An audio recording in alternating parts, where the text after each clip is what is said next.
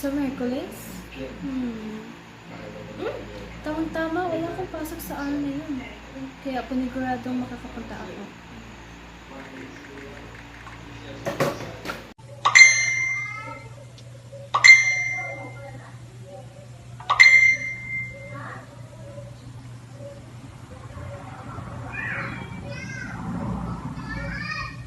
Okay.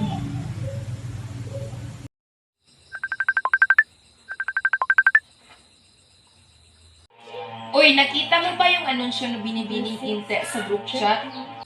Ano ba yon? May ginagawa kasi ako kaya di ko man nabasa. May meeting daw tayo sa Merkules doon sa Barangay Hall. Ah, ganun ba? Mga anong oras? 9 a.m. daw sabi. Makakapunta ka ba? Oo naman, pupunta ako. Wala akong pasok sa araw na iyon, kaya panigurado makakapunta ako. Sige. Kita-kita na lang tayo sa Merkules. Sige, kita-kits tayo doon. Salamat sa pag-imporma mo sa akin. Walang anuman. Sige, paalam. Paalam.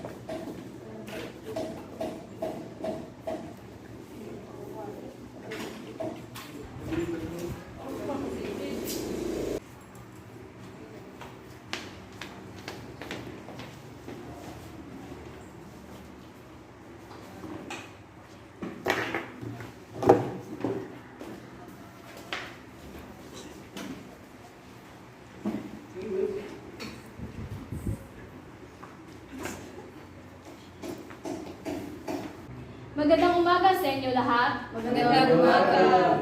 Bago tayo magsimula, si Binibining Inti nga pala ay hindi makakadalo sa ating pagpupulong ngayon sa personal. Ngunit makakaharap natin siya sa pamamagitan ng video call. Magandang umaga sa inyong lahat. Ako ay lubos na nagpapasalamat sa pagdulo ninyo sa pagpupulong na ito. Sa araw na ito, tatalakayin natin ang mga posibleng gagawin para sa proyekto natin para sa ating komunidad. Pero bago yan, tawagan muna natin si Binibining Martinez para pangunahan tayo sa isang panalangin at susundan ng pag-awit ng lupang hinirang.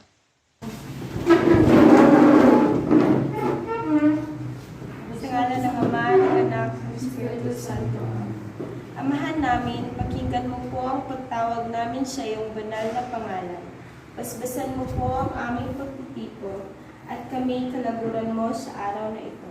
Pagyamanin mo po, Panginoon, at maging nakaayon sa iyong kalooban ng aming pagkikita-kita.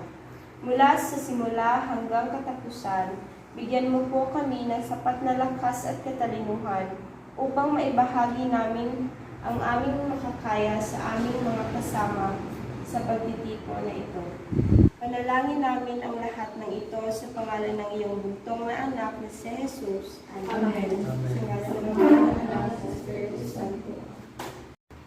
Bayang magiliw, handa awit. Bayang magiliw, perlas ng silanganan, alab ng puso, sa dibdib mo'y buhay.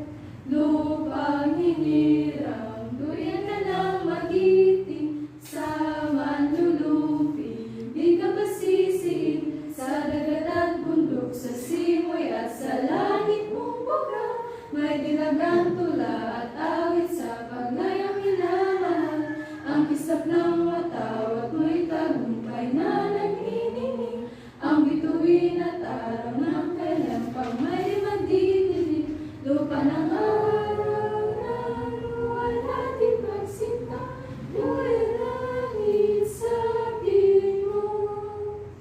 Ang higaya ng pag may magbati, ang mamatay na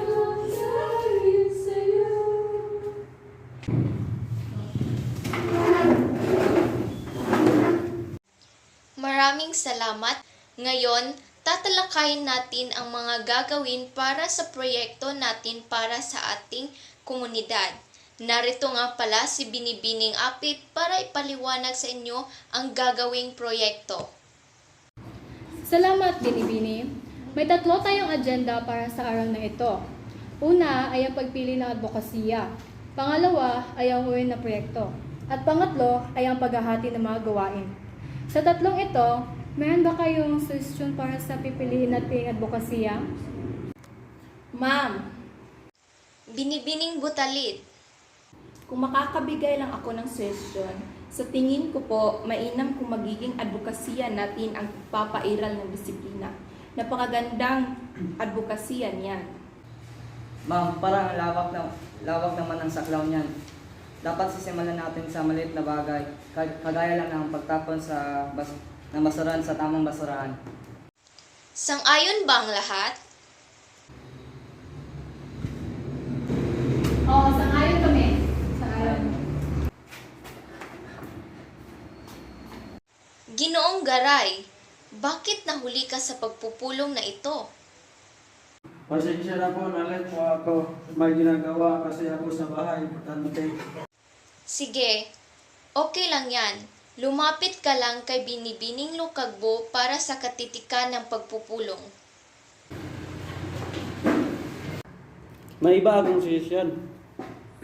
Mabuti pa ang ating grupo ay general cleanup at pagpagawa ng basurahan dahil dumami na nagkalat na basura dito sa ating at upang makaiwas din ng sakit. Suggestion ko lang sa kada barangay mayroong taga-pangasiwa gaya ni Miss Martinez na taga-barangay Maturin. Kailangan ay doon siya mangasiwa.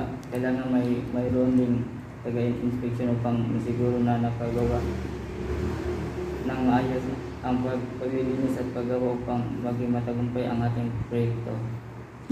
Dapat mayroong attendance upang masiguro at malaman na ang lahat ay nakilahok sa proyektong ito.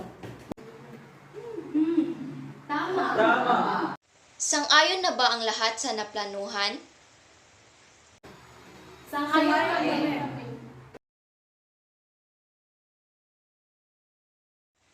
Maraming salamat sa pakikinig.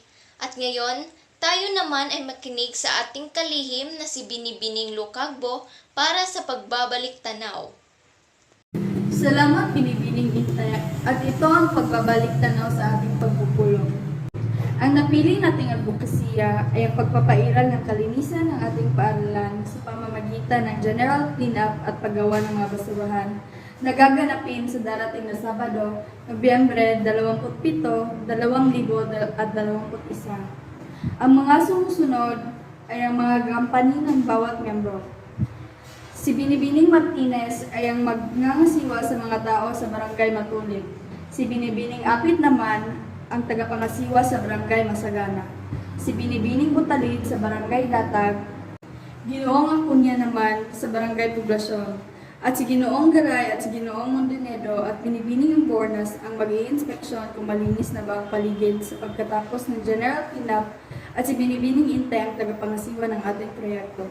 Maraming salamat. Maraming salamat, Binibining Lukagbo. Ngayon, na may tinatawag ko si Binibining Imbornas upang isara ang ating pagpupulong. Una sa lahat, gusto kong magpasalamat at nakadalo kayo sa pagtitipon na ito. Kung ilinawin ko lamang sa inyo, wala na ba tayong mapapaguhin pa o idalagdag sa gawaing advokasya? Para sa akin ay wala na. Maganda na ang iyong pinapakulang agenda. Kung wala na tayong idadagdag pa, ay maaari na nating tapusin itong pagpupulong. At dito na nagtatapos ang ating pagpupulong. At ang susunod nating pagkikita ay sa darating na Biyernes sa parehong oras. Maraming salamat sa inyo. Maraming salamat sa pagdalo ninyo sa importanteng pagpupulong na ito. Sana ay maging maayos ang ating proyekto na gagawin para ang ating organisasyon ay makakatulong sa ating komunidad, sa ating kalikasan at sa buong mundo. Maraming salamat, Binibining Apit, Binibining Lukagbo, Binibining Martinez, Binibining Butalid, Binibining Imbornas, Ginoong Garay, Ginoong Mondonedo at Ginoong Aconia. Sana ay magtuloy-tuloy ang ating pagtulong sa ating komunidad. Maraming salamat.